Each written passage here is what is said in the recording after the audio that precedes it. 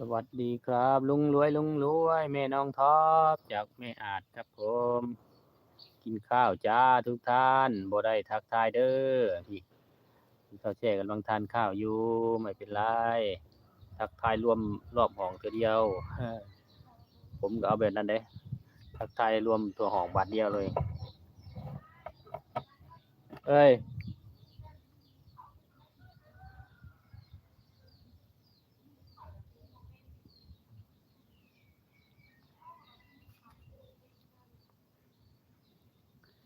บ่าวโตสบายดีบ่าวโตขอบใจที่แวะมาให้กำลังใจนานๆได้ขึ้นน่ะนานๆได้ไหลเทื่อหนึ่ง ได้ล้ำอยู่บ่มื้อนี้บ่โตได้ขึ้นร้องเพลงอยู่บ่มื้อนี้ฮะขอบคุณสติกเกอร์นะครับลุงรวยครับผมอ่านคอมเมนต์บางท่านมันข้ามก็ขออภัยเด้อโพสต์ย่างไปย่างมาเนี่ยนะ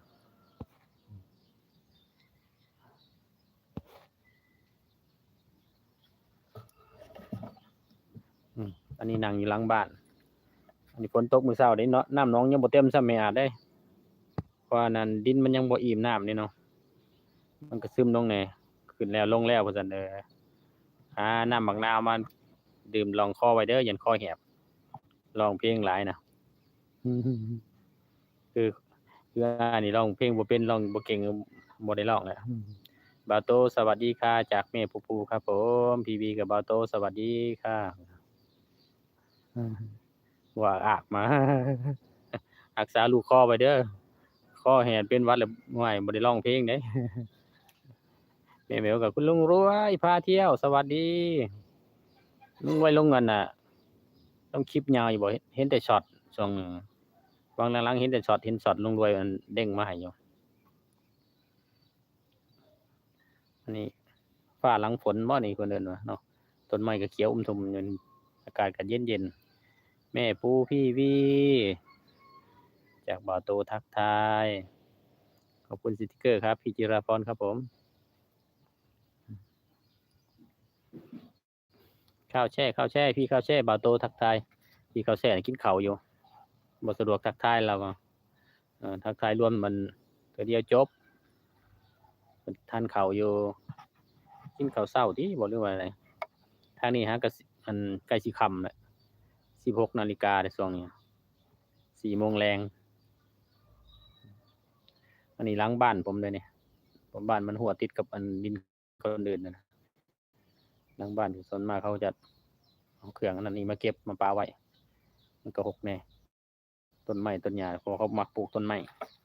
ใบไม้หล่นบ่าวโตกับแม่แววสวัสดีจ้าบ่าวโตจากพี่จิราพรนะครับ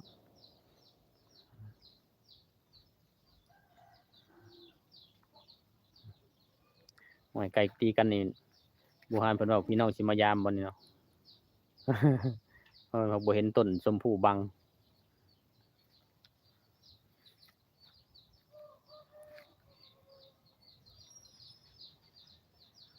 เสียงไก่น้อยก็ฮ้องดังแจ๊บๆๆๆอยู่จะเที่ยงแล้วที่เยอรมันเยอรมันใกล้เที่ยงแล้วเนาะเที่ยงแล้วทางนี้สิค่ำสิมืดแล้วเด้อทางนี้เด้ออีกประมาณชั่วโมงหนึ่งพระอาทิตย์ลับขอบฟ้าทางนี้ฮะช่วงนี้กำลังแสงแดดกำลังเหลืองๆอ่อนๆอยู่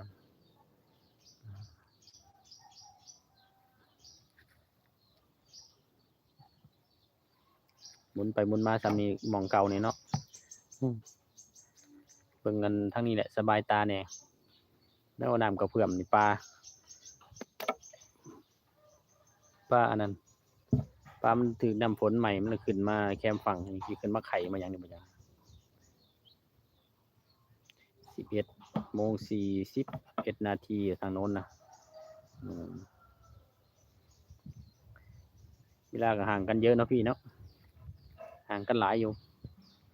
คือว่าแล้วมันคนละทวีปทางนี้เอเชียทางนั้นยุโรป